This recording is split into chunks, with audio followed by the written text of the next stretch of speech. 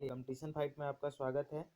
और आज रसायन का हम लोग जीके का जितना इम्पोर्टेंट क्वेश्चन है वो करने वाले हैं। और आपको बता दूं कि ये किसी पार्टिकुलर एग्ज़ाम के लिए नहीं है, ये सारे एग्ज़ाम के लिए इम्पोर्टेंट है। चाहे वो एसएससी सीजीएल हो, दिल्ली पुलिस हो, बिहार पुलिस हो, चाहे दुनिया का कोई भी एग्ज़ाम हो, सारे एग्ज़ाम के लिए इम्पोर्टेंट है। आप इसको एक बार शुरू से लेकर लास्ट तक ज़रूर देखिएगा। और अगर मेरा चैनल आपको अच्छा लगे तो इसको सब्सक्राइब कर लीजिएगा और बेल आइकन को ज़रूर दबाइएगा। आप भी देखिए कि ये कितना मतलब कलेक्शन कितना अच्छा है क्वेश्चन का। तो चलिए ज़्यादा आपका टाइम ना लेते हुए मैं पहला क्वेश्चन की तरफ बढ़ता हूँ। तो पहला क्वेश्चन है आपके स्क्रीन पे, दलदली भूमि से निकलने वाली गैस कौन सी होती है? तो याद रखिएगा, दलदली भूमि से निकलने वाली गैस मीथेन होती है। ठीक है फ्रेंड्स, मीथेन का अगर सूत्र पूछे आपसे तो याद रखिएगा CH4 होता है। ठीक है फ्रेंड्स, उसके बाद है सेकेंड नंबर क्वेश्चन, मांसपेशियों में किस अम्ल के एकत्रित होने से थकावट का कारण है? ठीक है फ्रेंड्स, बहुत ही मोस्ट इम्पोर्टेंट क्वेश्चन है। चलिए इसका आंसर होगा लैक्टिक अम्ल। ठीक है, लैक्टिक अम्ल इज द राइट आंसर। अगला क्वेश्चन है, अंगूर में अम्ल पाया जाता है, तो अंगूर में याद रखिएगा टार्टरिक अम्ल पाया जाता है। ठीक है फ्रेंड्स, टमाटर में पूछेगा तो ऑक्जेलिक अम्ल याद रखिएगा। उसके बाद आपको बता दूं, इमली में पूछेगा तो इमली में टार्टरिक अम्ल ही पाया जाता है। ठीक है फ्रेंड्स, चलिए 4 नंबर क्वेश्चन की तरफ बढ़ते हैं। 4 नंबर क्वेश्चन है आपके स्क्रीन पे, किण्वन का उदाहरण क्या है? याद रखिएगा, किण्वन का उदाहरण क्या है? तो याद रखिएगा दूध का खट्टा होना, खाने की ब्रेड का बनना, गीले आटे का खट्टा होना। ठीक है फ्रेंड्स, ज़्यादा देर तक अगर आप उसको छोड़ दीजिएगा तो वो क्या हो जाता है? खट्टा हो जाता है। 5 नंबर क्वेश्चन है, नए उड़ने वाली छिपकली है, याद रखिएगा ये डेक्रो श्रेणी में आता है। ठीक है फ्रेंड्स, 6 नंबर है, केल्विन तापमापी में बर्फ का गलनांक कितना होता है? तो याद रखिएगा 0 डिग्री केल्विन होता है। ठीक है फ्रेंड्स, चलिए नेक्स्ट क्वेश्चन है, क्यूडी किसकी इकाई है? तो याद रखिएगा रेडियो एक्टिविटी की इकाई है। दाब का मात्रक क्या है? तो पास्कल होगा। ठीक है, और फोर्स का, बल का अगर पूछे तो याद रखिएगा इसका होता है न्यूटन। ठीक है फ्रेंड्स, 9 नंबर क्वेश्चन है आपके स्क्रीन पे, खाना पकाने का बर्तन कैसा होना चाहिए? तो याद रखिएगा खाना पकाने का बर्तन विशिष्ट ऊष्मा, उच्च विशिष्ट ऊष्मा का निम्न चालकता का होना चाहिए। ठीक है फ्रेंड्स, चैनल अच्छा लगे तो इसको सब्सक्राइब कर लीजिएगा, लास्ट तक देखिएगा, बहुत ही मोस्ट इम्पोर्टेंट कलेक्शन है क्वेश्चन का। ठीक है, सारे एग्जाम के लिए इम्पोर्टेंट है। चलिए, कमरे में रखे रेफ्रिजरेटर का दरवाज़ा खोलने पर कमरे का ताप क्या हो जाएगा? तो याद रखिएगा, अगर कमरे में रखे रेफ्रिजरेटर का दरवाज़ा आप खोलते हैं तो कमरा का ताप जो होता है वो बढ़ जाता है। ठीक है फ्रेंड्स, चलिए 11 नंबर क्वेश्चन है, रसायन उद्योग में जो तेजाब मूल रसायन माना जाता है वो क्या होता है? सल्फ्यूरिक अम्ल। सल्फ्यूरिक अम्ल का सूत्र होता है H2SO4। ठीक है फ्रेंड्स, अम्लों का राजा अगर पूछे तो अम्लों का राजा भी H2SO4 को ही बोला जाता है। ठीक है फ्रेंड्स, चलिए 12 नंबर क्वेश्चन है, कौन सा पदार्थ खाने के वस्तुओं के परीक्षण में प्रयुक्त होता है? तो याद रखिएगा सोडियम बेंजोएट, यानी खाना को खराब नहीं होने के लिए रोकने के लिए सोडियम बेंजोएट का इस्तेमाल किया जाता है। ठीक है फ्रेंड्स, चलिए 30 नंबर क्वेश्चन है आपके कंप्यूटर स्क्रीन पे, एनेस्थीसिया के रूप में प्रयुक्त होने वाली हास्य गैस कौन सी है?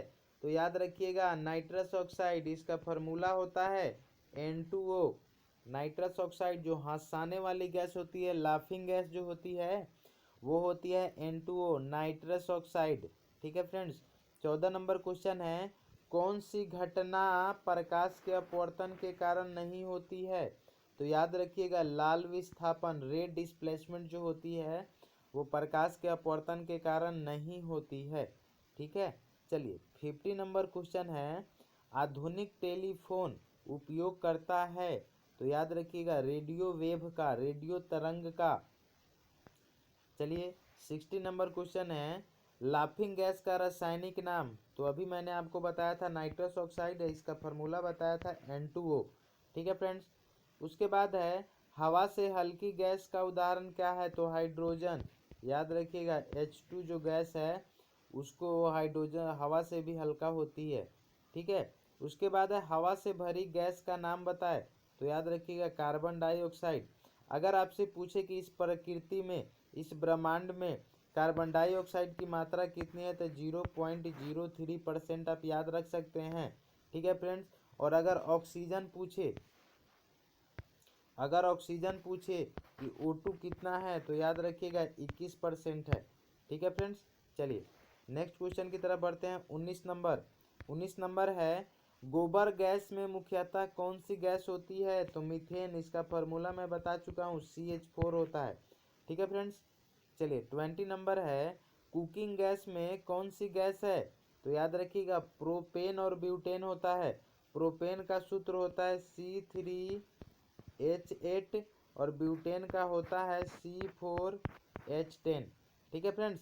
चलिए उसके बाद है, चमकने वाला व माचिसों में प्रयुक्त होने वाला पदार्थ कौन सा है? तो फास्फोरस।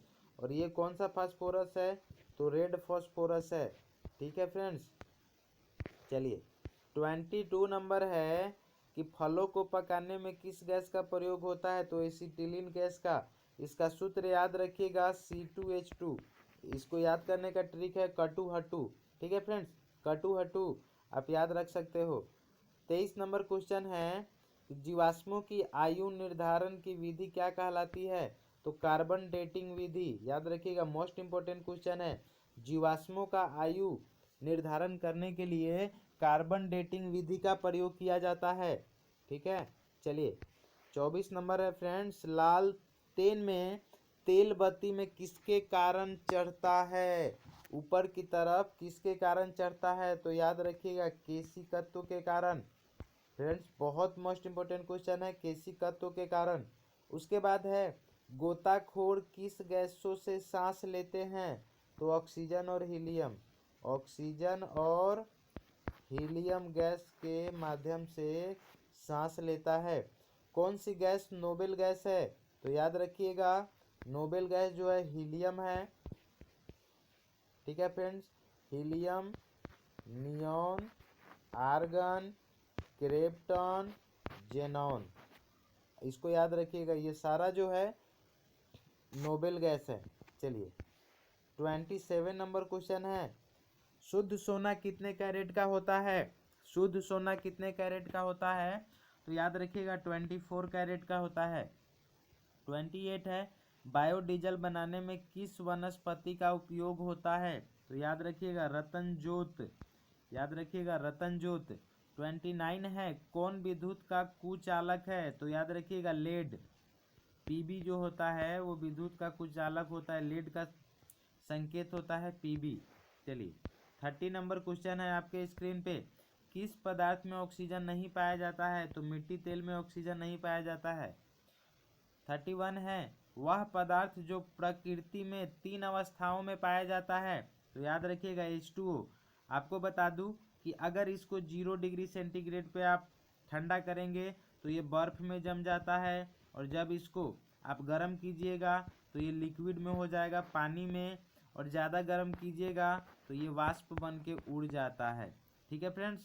चलिए अगला क्वेश्चन है 32, वायु क्या है? तो एक मिश्रण है, आप याद कर सकते हैं, बहुत ही सिंपल क्वेश्चन सब है। चलिए 33 है, स्टेनलेस स्टील किस प्रकार की धातु है? तो ये मिश्र धातु है स्टेनलेस स्टील। ठीक है फ्रेंड्स। 34 है, प्रकृति में कौन नहीं तत्व है और नहीं यौगिक? तो वायु, क्योंकि वायु क्या है? मिश्रण है। अभी क्वेश्चन आगे पढ़े थे, वायु क्या है? मिश्रण है। पदार्थ की चतुर्थ अवस्था क्या कहलाती है? तो प्लाज्मा। अगर पांचवी अवस्था पूछे तो बोस आइंस्टाइन कंडेंसेट। याद रख सकते हैं आप, पदार्थ की ये 5 अवस्थाएं होती हैं, ठोस, द्रव, गैस, प्लाज्मा और बोस आइंस्टाइन कंडेंसेट। ठीक है फ्रेंड्स। 36 नंबर क्वेश्चन है, निम्नलिखित में कौन एक यौगिक है? तो याद रखिएगा रेत इज द राइट आंसर। रेत इज द राइट आंसर। विरंजक चूर्ण क्या है? तो एक यौगिक है, और इसका सूत्र जो होता है CaOCl2। ठीक है फ्रेंड्स, CaOCl2। उसके बाद है बारूद किस श्रेणी के अंतर्गत आता है, तो मिश्रण। ठीक है फ्रेंड्स,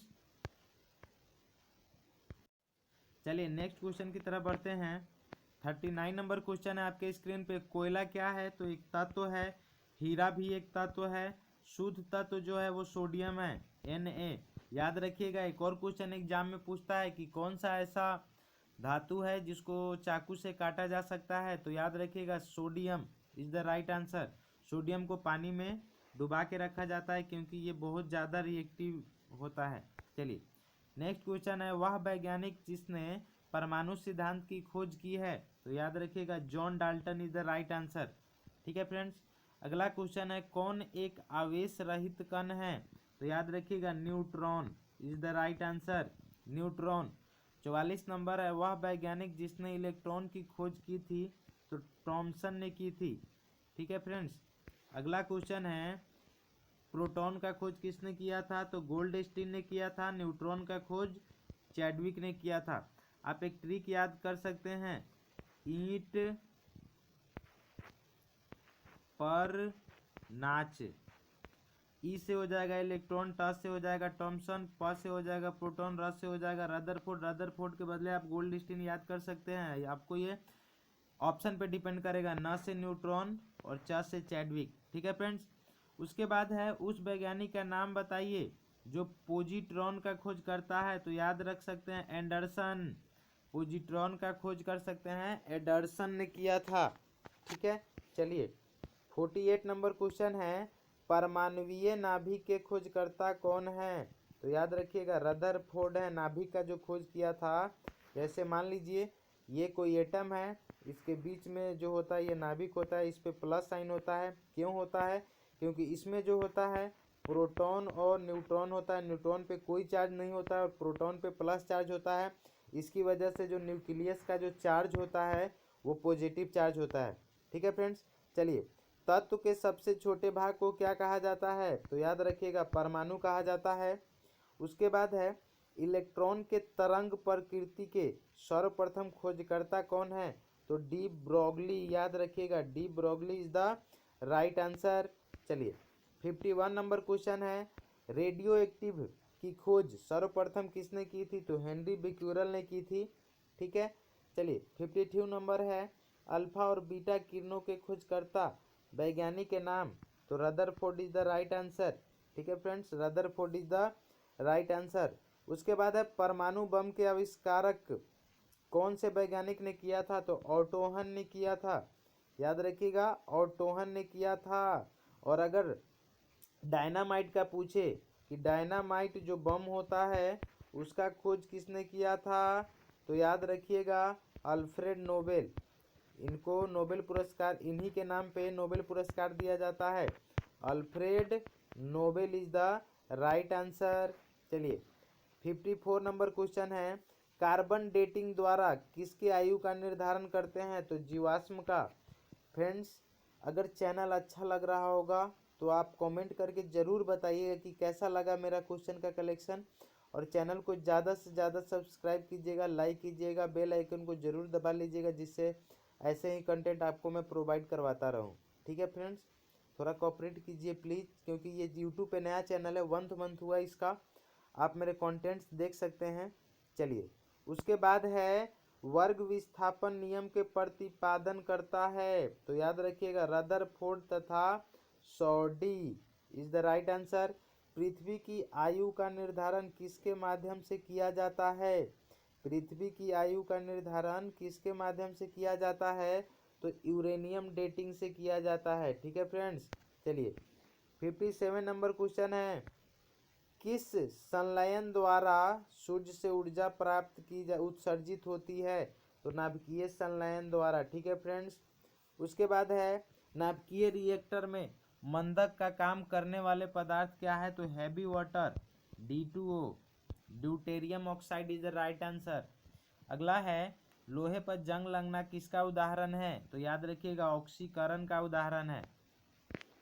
56 नंबर क्वेश्चन है, नीले लिटमस पेपर को लाल कर देता है तो अम्ल कर देता है। ठीक है फ्रेंड्स, और लाल लिटमस पेपर को नीला कर देता है तो भस्म।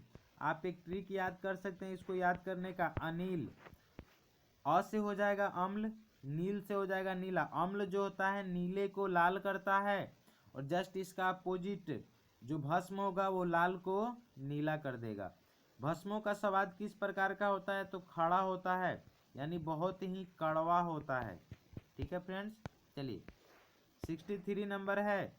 किसने पीएच मान का निर्धारण किया था? तो पीपी सोरेनसन ने किया था। क्या याद रखिएगा? PP Sorensen. उसके बाद है अम्लीय घोल का पीएच मान कितना होता है? तो 7 से कम होता है, और क्षारीय का पूछेगा तो 7 से ज़्यादा। ठीक है, और उदासीन विलयन का पूछेगा तो याद रखिएगा 7 होता है। उसके बाद है दूध का पीएच मान कितना होता है? तो 6.6 होता है। आप इसको ट्रिक से याद कर सकते हैं कि कोई आदमी अगर दूध पी लेगा 2 महीने 4 महीने तो वो किसी का भी छक्के छुड़ा देगा। ठीक है फ्रेंड्स, छक्के छुड़ा देगा। 6 कितनी बार आ रहा है? 2 बार, तो आप याद रख सकते हैं 6.6। उसके बाद है किसी भी सामान्य व्यक्ति के रक्त का पीएच स्तर कितना होता है? तो याद रखिएगा 7.4 याद रख लीजिएगा आप, 7.4। रक्त का जो रिश्ता होता है वो सच्चा होता है। क्या होता है? सच्चा होता है। ब्लड का जो रिलेशन होता है किसी से भी वो सच्चा होता है। तो आप क्या याद रखेंगे? सच्चा। स से 7, च से 4, 7.4। उसके बाद है वायु से हल्की गैस क्या है? तो अमोनिया, याद रखिएगा। उसके बाद है परम ताप का मान कितना होता है? तो 273 डिग्री सेंटीग्रेड, -273 डिग्री सेंटीग्रेड। चलिए नेक्स्ट क्वेश्चन है, उत्प्रेरक के खोजकर्ता कौन है? तो Berzelius is the right answer. 70 number question है, वे पदार्थ जो जलकर उष्मा प्रदान करता है उसे क्या कहा जाता है? तो याद रखिएगा ईंधन बोला जाता है उसको। उसके बाद है मुख्य रूप से प्राकृतिक गैस में क्या पाया जाता है? तो मीथेन। ठीक है फ्रेंड्स, चलिए 72 नंबर क्वेश्चन है, गोबर गैस में पाए जाने वाले गैस हैं? तो मीथेन। उसके बाद है खाना बनाने में उपयोग की जाने वाली एलपीजी गैस में पाए जाने वाला जो गैस होता है वो होता है ब्यूटेन। ठीक है फ्रेंड्स, 74 है, वाटर गैस किन दो गैसों का मिश्रण है? तो CO plus H2, cobalt plus hydrogen. उसके बाद है 75 नंबर, खाना बनाने में उपयोग की जाने वाली एलपीजी गैस सिलेंडर में भरा जाता है तो वो द्रव के रूप में भरा जाता है। उसके बाद है कौन सा गैस एलपीजी का मुख्य घटक होता है? तो butane is the right answer. 77 है, रॉकेट चलाने में प्रयुक्त होने वाले ईंधन को क्या कहते हैं? तो प्रणोदक कहते हैं, याद रखिएगा। 78 नंबर क्वेश्चन है, अति मुलायम खनिज टाल्क सोप स्टोन जिसको बोला जाता है वो क्या है? मुख्यतः जो होता है मैग्नीज सिलिकेट होता है। ठीक है फ्रेंड्स, प्लास्टर ऑफ पेरिस का रासायनिक सूत्र तो याद रखिएगा 2CaSO4 इंटू H2O होता है। उसके बाद सबसे भारी धातु तो यूरेनियम, और सामान्य किस्म का कोयला क्या है? तो याद रखिएगा बिटुमिनस, बिटुमिनस। और अगर आपसे पूछे, चलिए सामान्य किस्म का कोयला है बिटुमिनस, और अगर पूछे कि सबसे उच्चतम क्वालिटी का कोयला कौन होता है? तो याद रखिएगा anthracite is the right answer. उसके बाद है वायु में कौन सी नोबेल गैस नहीं होती है? तो याद रखिएगा हीलियम नहीं होता है वायु में। प्राकृतिक रबर एक बहुलक है तो आइसोप्रीन का। विस्फोटक नाइट्रोग्लिसरीन है एस्टर का। ठीक है फ्रेंड्स, चलिए 85 नंबर है, अम्ल वर्षा होती है तो याद रखिएगा कारखानों से जो धुएं निकलते हैं उससे गंदगी के कारण अम्ल वर्षा होती है। उसके बाद है मूत्रालयों के पास पराया नाक में चुभने वाली गंध का कारण है अमोनिया। उसके बाद है अधातुओं में से कौन सा एक विद्युत का मंद चालक है? तो selenium is the right answer. 88 है, यशद पुष्प कहलाता है तो याद रखिएगा जिंक ऑक्साइड।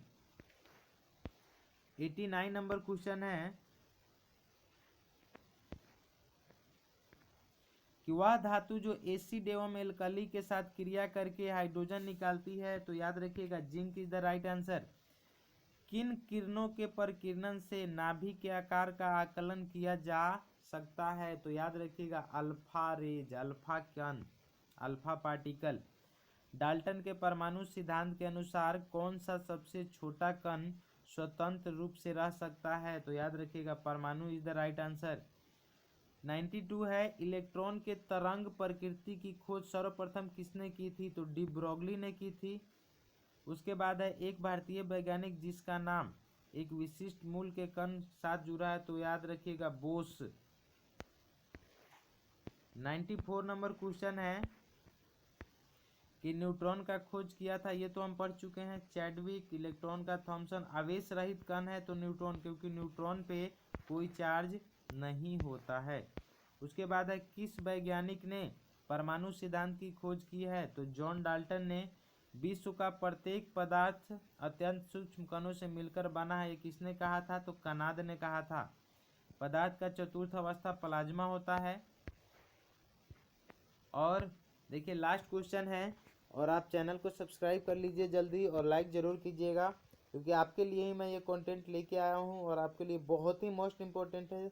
चाहे वो DRDO का एग्ज़ाम हो, बिहार पुलिस का, दिल्ली पुलिस का, जो भी एग्ज़ाम है, NTPC का, SSC CHSL का, किसी भी एग्ज़ाम के लिए बहुत ही मोस्ट इम्पोर्टेंट क्वेश्चन है।